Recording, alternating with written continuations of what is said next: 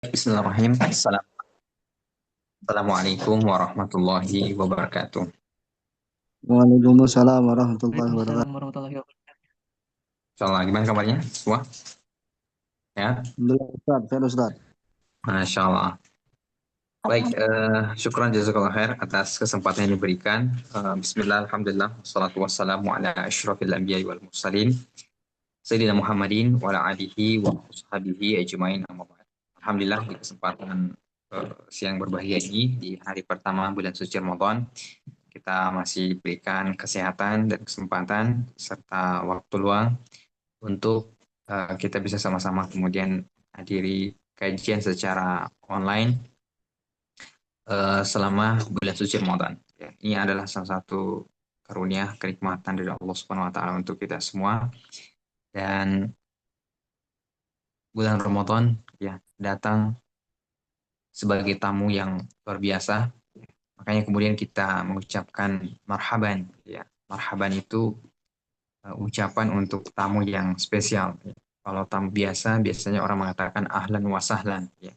Nah, kalau marhaban inilah tamu yang sangat spesial. Maka bagaimana kita di bulan suci Ramadan ini menghadirkan bukan hanya fisik kita, tapi juga jiwa kita, khususnya kemudian persiapan dari sisi keimanan. Karena eh, banyaknya amalan-amalan yang kita lakukan di bulan suci Ramadan ini tentu membutuhkan keimanan yang kuat. Maka kita persiapan yang paling terbaik itu adalah bagaimana memantapkan keimanan kita. Yang kedua adalah persiapan dari sisi ilmu. Tentu banyak amalan-amalan yang kita ingin lakukan. Ini bergantung lagi dari ilmu yang kita miliki. Kalau kita tidak memiliki ilmu yang mumpuni, maka boleh jadi kita akan melewatkan kesempatan tamu yang agung yang mulia ini, tidak kemudian memanfaatkan dengan baik. Salah satunya karena tidak adanya pengetahuan. Nah, oleh karena itu, inilah salah satu alasan kenapa kita kemudian hadir atau mengisi hari-hari kita di bulan suci Ramadan ini dengan kajian. Ya. Dan senang sekali saya bisa berkesempatan untuk menemani teman-teman sekalian di Ramadan kali ini untuk kita mengkaji ya apa saja yang bisa menjadi bekal kita, bagaimana di bulan suci Ramadan ini kita bisa lebih maksimal lagi. Nah, teman-teman sekalian yang dirahmati Allah Subhanahu wa taala, eh, untuk tema kita hari ini,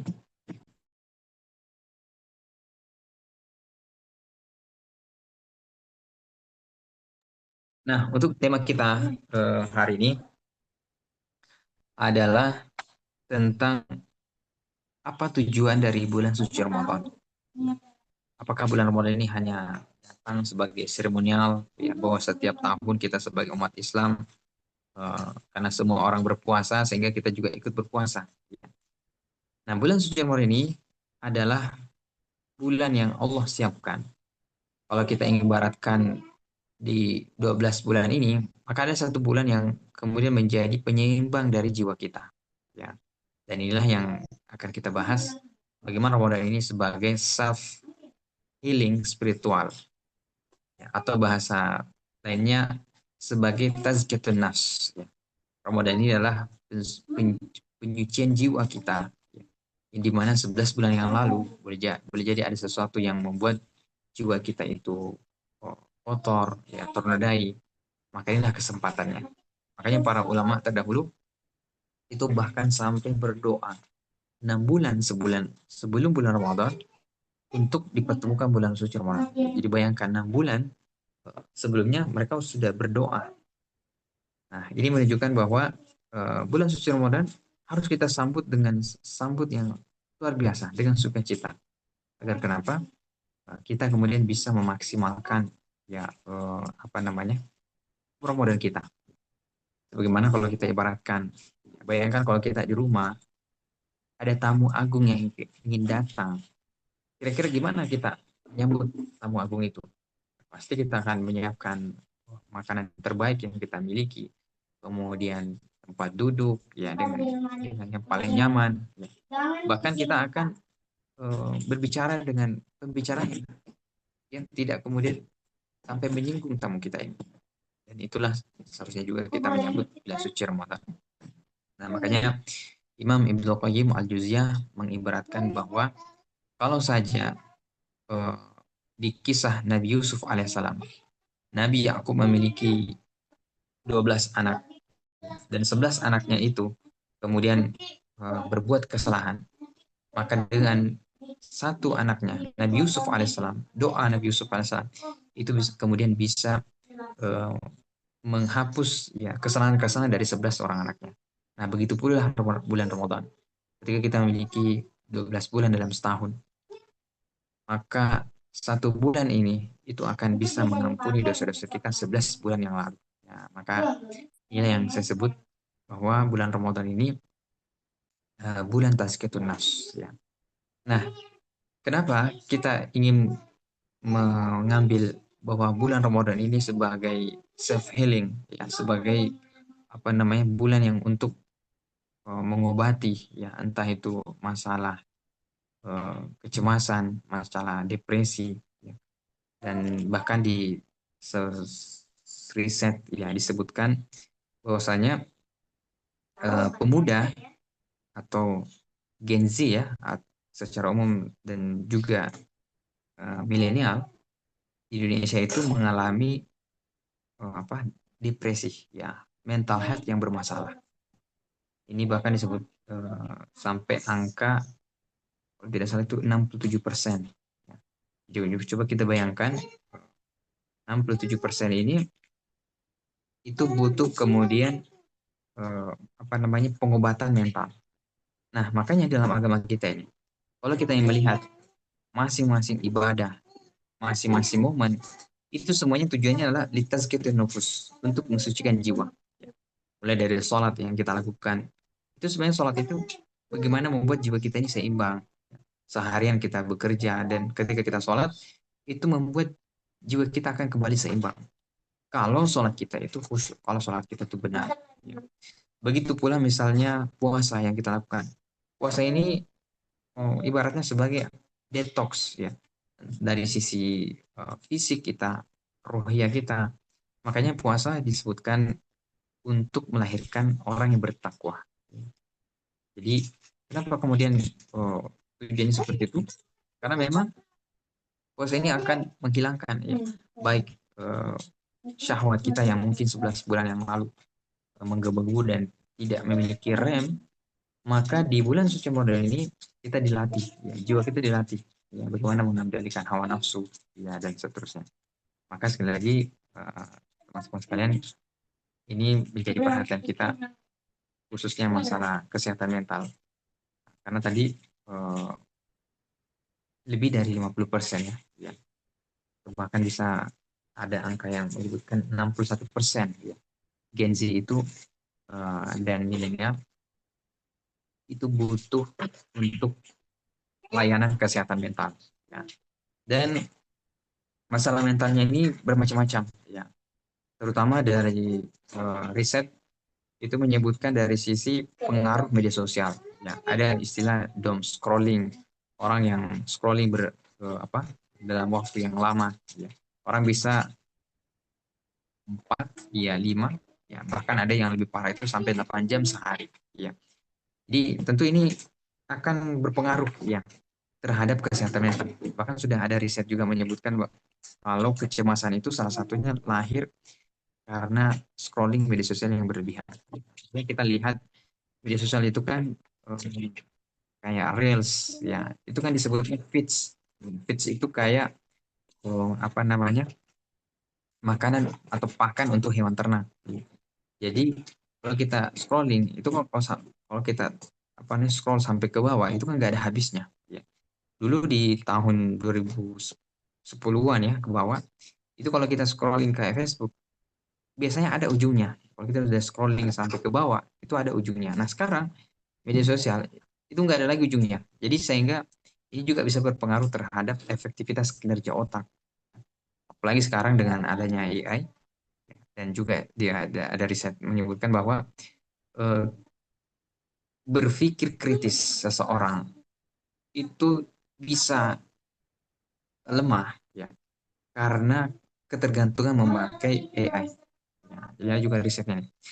Nah, tapi bukan itu pembahasan kita. Pembahasan kita adalah khususnya tentang kesehatan mental. Ya. Maka sekali lagi kita harus melihat bahwa bulan suci Ramadan ini salah satu yang diinginkan adalah bagaimana kesehatan mental kita itu dalam kondisi yang sangat seimbang. Ya. Kalau tadi 11 bulan yang lalu kita mungkin sampai tidak bisa apa namanya, nggak ada rem untuk menawan hawa nafsu, ya, syahwat, terutama mungkin dalam hal eh, tadi media sosial, ya, digital. Maka inilah saatnya. Ya, maka pelajaran pertama yang ingin saya sebutkan kepada teman-teman bahwa di bulan suci Ramadan ini mari kita memanfaatkan waktu kita dengan membaca Al-Quran, ya, kemudian dengan sholat sunnah secara umum, sholat malam dan seterusnya. Dan khususnya adalah bagaimana kita mengurangi eh, apa namanya, waktu kita untuk bermedia sosial, terutama di depan handphone. Di kapan lagi sekali lagi kita itu bisa memanfaatkan waktu-waktu yang agung, yang istimewa, ya, dengan amalan-amalan tadi, kalau bukan di bulan suci Ramadan. Makanya bulan suci Ramadan ini kita bisa lihat orang dengan begitu mudahnya melakukan semua ketaatan, sholat, ya, puasa. Orang yang dulunya bahkan mungkin di luar bulan Ramadan itu sangat susah untuk puasa, tahu-tahunya di bulan suci Ramadan ternyata kita bisa. Bahkan mohon maaf, orang yang mungkin misalnya agak kesulitan untuk berhenti merokok di bulan suci Ramadan ternyata bisa. Ya, ini menunjukkan bahwa di bulan suci Ramadan ini kita sudah diberi kemudahan. Oleh karena itu, mari kita gunakan bulan Ramadan ini sebagai momentum untuk kita sedikit, kalau bahasanya deep work, ya. Bagaimana kita itu eh, mengambil jeda, ya, bahwa dari kesibukan yang selama ini yang sulit kita tinggalkan. Ya, jadi mulai kesibukan kerja, ya, meskipun sekali lagi bulan suci Ramadan bukan berarti kita tidak bekerja, ya, tetap kita produktif, ya, karena di zaman sahabat, ya, Rasulullah SAW itu bahkan sampai berperang, ya. Jadi di jihad pertama itu justru terjadinya di bulan suci Ramadan, di tanggal 17 Ramadan. Ini menunjukkan bahwa tidak ada alasan untuk kita bermalas-malasan di bulan suci Ramadan. Nah, kembali dari tadi, mari kita gunakan bulan suci Ramadan ini untuk mengambil jeda, jarak, untuk kita bisa merenung, ya, khususnya ketika kita membaca Al-Quran. Ya, makanya bulan Ramadan ini juga disebut sebagai Syahrul Quran, ya, bulannya Al-Quran.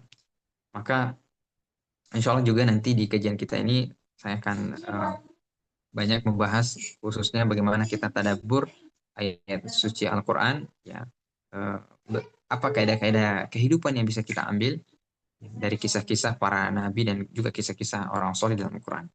Ini sangat penting karena eh, momen yang paling terbaik untuk kita merenung, berkontemplasi itu ketika kita sedang konsentrasi, yaitu ketika kita sedang berpuasa, kita sedang lapar, kemudian kita tidak sedang kenyang, ya.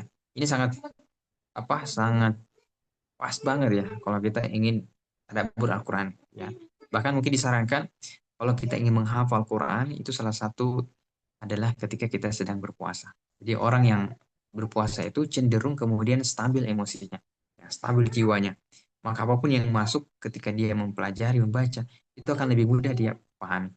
Maka sekali lagi, mari kita gunakan di bulan suci Ramadan ini untuk mengambil jeda sejenak, ya, dari rutinitas kita yang mungkin selama ini tidak bisa kita tinggalkan. Nah, puasa juga disebutkan sebagai puncak spiritual, ya, puncak spiritual di mana kita ini dikondisikan untuk tidak reaktif, ya. Biasanya kalau di luar bulan suci Ramadan ada orang yang membuat kita marah, kita langsung apa namanya, kita langsung marah, ya. Kita kemudian apa namanya, ada yang membuat kita misalnya emosinya meletup-letup, ya, kadang-kadang mungkin kita tidak bisa kendalikan. Maka ketika kita berpuasa, ini mengkondisikan kita untuk stabil jiwanya. Ketika ingin marah, ya, kita langsung, "Ah, saya sedang berpuasa." Jadi kalau ini yang kita lakukan selama 30 hari, insya Allah ini akan sedikit tidaknya membentuk pribadi kita yang lebih bertakwa. Sehingga kita ini lebih bisa mengontrol diri. Ya. Nah, kemudian juga nanti di bulan suci Ramadan ini ada eh, program misalnya iktikaf. Ya, maka khususnya bagi yang laki-laki, eh, kalau bisa kita kemudian cari tempat, ya, gunakan untuk tadi iktikaf itu untuk merenung, ya, terutama untuk mencari tentang tujuan hidup. Ya, khususnya kita ini di usia-usia life quarter crisis, ya, istilah orang, di usia 25 tahunan atau menjelang 25 tahun. Ya, masa-masa ketika kita sedang kuliah itu sangat banyak benturan-benturan emosional, ya, atau bisa mungkin bisa katakan patahan-patahan jiwa yang orang kalau tidak kuat dia akan kebingungan. Ya, maka inilah momennya kita mencharge, ya, energi kita, jiwa kita selama bulan suci Ramadan ini untuk bisa berkontribusi di 11 bulan yang mendatang, ya. Bahkan mungkin di fase-fase itikaf ini kita bisa mencari inspirasi, ya. Khususnya mungkin yang sedang menulis untuk risetnya, untuk apa namanya, skripsi misalnya, itu sangat sangat bagus misalnya. Makanya orang kadang-kala menemukan resolusi itu ketika beriktikaf, ya. Jadi setelah beriktikaf dia langsung dapat inspirasi. Dan inilah yang kita pelajari bagaimana Rasulullah SAW sebelum beliau menerima wahyu, perintah untuk menjadi nabi, memberi peringatan. Rasulullah SAW melakukan namanya tahanus, ya. Beliau naik ke Gua Hira, itu berlangsung setiap bulan selama bulan Ramadan selama 3 tahun, di usia 37 sampai 40 tahun. Nah, apa yang beliau lakukan? Beliau beribadah, ya, ta'abud al-layali. Kemudian setelah itu beliau berpikir, ya, dan berkontemplasi apa sih, apa nih solusi untuk mengubah, ya, memperbaiki moral bangsa yang lagi rusak, ya. Jadi ini bisa menjadi inspirasi juga untuk kita bahwa kita tidak perlu juga pergi ke Gua Hiro, ya, tapi Gua Hiro kita hari ini adalah momentum seperti Ramadan ini. Ya, maka gunakanlah momentum ini bagaimana kita bisa berpikir lebih jernih, mengambil jarak, ya, dan bagaimana juga menyeimbangkan antara amalan-amalan kita tadi, ya, terutama juga kalau ada yang bekerja misalnya atau yang kuliah, ya, itu semua bisa kemudian seimbang. Dan insya Allah yakin dan percaya kalau kita mengerjakan setiap amalan-amalan dalam agama kita ini, baik itu mulai dari sholat, puasa, zakat, itu sebenarnya sebagai titik keseimbangan. Ya, makanya orang kalau dia rajin sholat, menjaga sholatnya misalnya, insya Allah urusan hidupnya itu juga akan seimbang. Ya, jadi beratnya sholat ini titik keseimbangan. Kalau saja kita ada satu sholat kita lalaikan, itu akan berpengaruh kepada urusan kesehatan kita. Jadi baratnya ketika kita apa namanya, beraktivitas, sholat inilah yang menyimbangkan. Nah, jadi kalau orang jarang sholat, itu yakin dan percaya bisa jadi dalam urusan-urusan keseharian itu juga terdapat ketimpangan. Ya. Nah, teman-teman sekalian, Allah, di bulan suci Ramadan ini juga ini, selain kemudian eh, untuk kita mentazkiyah, yang mensucikan jiwa kita, sering juga dibahas bulan Ramadan ini dibagi menjadi tiga. Jadi yang pertama di 10 hari pertama itu sebagai rahmah, ya. Pelajarannya di sini bahwa kita ingin merajut kembali, ya, bahwa kita ini dicintai oleh Allah Subhanahu wa taala, ya. Jadi kita ingin menginginkan rahmat dari Allah Subhanahu wa taala. Dan inilah inti dari semua pemberian Allah Subhanahu wa taala kepada hambanya, rahmah, ya. Jadi rahmah ini satu kata yang mewakili seluruh sifat ketuhanan.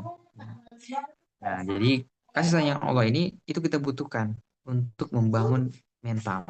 Ya, jadi kapasitas mental kita itu terbangun dari rahmat Allah SWT. Yang kedua adalah di 10 hari kedua bulan suci Ramadan ini magfirah. Nah, magfirah maksudnya apa? Ketika kita sudah tadi mendapatkan kekuatan mental, kekuatan jiwa, kita ingin melepaskan beban di masa lalu, ya, atau trauma di masa lalu. Nah, disinilah kita sedang proses mengisi sakinah, ya, ketenangan. Ya, jadi orang yang sakinah itu akan bisa menghadapi apapun ujian dalam kehidupannya.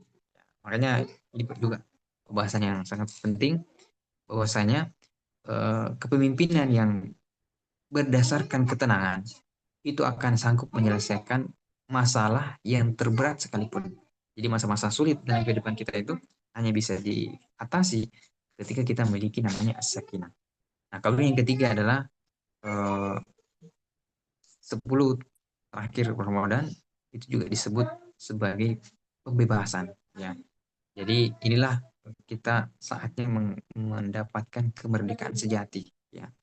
Jadi kemerdekaan untuk kita selanjutnya berkontribusi, ya.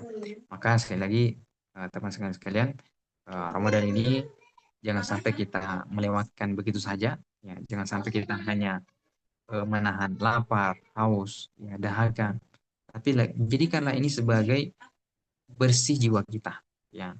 Jadi apa yang kita dapatkan rasakan ketika berpuasa itu bukan untuk menyiksa kita. Kita mungkin berlapar-lapar, niatkan bahwa ini sebagai bagian dari untuk mensucikan, ya, jiwa kita. Sehingga ketika jiwa kita suci, inilah saatnya untuk kita mengisi energi. Dan kalau kita sudah punya energi, kekuatan, insya Allah 11 bulan ke depannya kita bisa lebih menghadapi lagi masalah-masalah yang serius dalam kehidupan kita. Jadi, sekali lagi tadi bahwa Ramadan ini sebagai self healing itu tidak lain untuk mensucikan jiwa kita. Ya, orang sekarang uh, apa namanya disebut, kalau dari riset tadi, Gen Z dan milenial khususnya itu 61% mengalami gangguan kesehatan mental. Maka Ramadan inilah sarana yang Allah berikan hadiah untuk kita. Bagaimana kita kemudian bisa kembali normal jiwanya, seimbang jiwanya. Jadi healing itu bukan pergi ke tempat wisata, liburan, dan seterusnya. Tapi healing yang terbaik itu adalah ketika jiwa kita itu kembali stabil. Jiwa kita itu kembali normal. Itulah healing yang terbaik. Karena buat apa kita ini pergi healing kemana, tapi tanpa arah. Kalau kita tidak menemukan kebaikan, kedamaian di dalam jiwa kita. Jadi orang yang tentram jiwanya, tenang ya hatinya, insya Allah itulah self healing yang paling terbaik. Ya. Nah, teman-teman sekalian, kemudian apa yang akan kita bahas di bulan suci Ramadan, saya kira ini sebagai pengantar dulu. Insya Allah kedepannya kita akan mengkaji ayat-ayat, khususnya berkaitan bagaimana kita ini bisa mendapatkan kaidah-kaidah kehidupan dalam Al-Quran. Jadi insya Allah pembahasan kita akan lebih banyak tentang Al-Quran. Yang kedua adalah tentang produktivitas. Bagaimana kita sebagai seorang pemuda, dan ini materinya sebenarnya umum, ya, tapi khususnya sebagai seorang pemuda, bagaimana kita bisa lebih produktif, ya, dalam keseharian kita, ya. Dan insya Allah saya akan hubungkan dengan realita hari ini. Saya akan paparkan khususnya bagaimana riset-riset terbaru, apa sih yang penting untuk kita ketahui dan bisa mengembangkan diri kita, sehingga kita ini setelah bulan suci Ramadan kita keluar dengan pribadi yang bertakwa, ya, bukan hanya kemudian mendapatkan lapar dan haus, tapi juga kemudian juga kita bisa ada perubahan, ya, minimal dari sisi mindset, ya, pikiran kita, kemudian yang kedua dari sisi akhlak, ya, kepribadian kita, ya, emosional kita, kemudian juga tentunya dari sisi spiritual dan juga ketahanan fisik kita. Baik teman-teman sekalian, Allah SWT, seperti apa pembahasan selanjutnya? Insya Allah kita akan mulai pembahasan kita di esok hari. Ya, demikian yang saya sampaikan. Saya kembalikan ke moderator.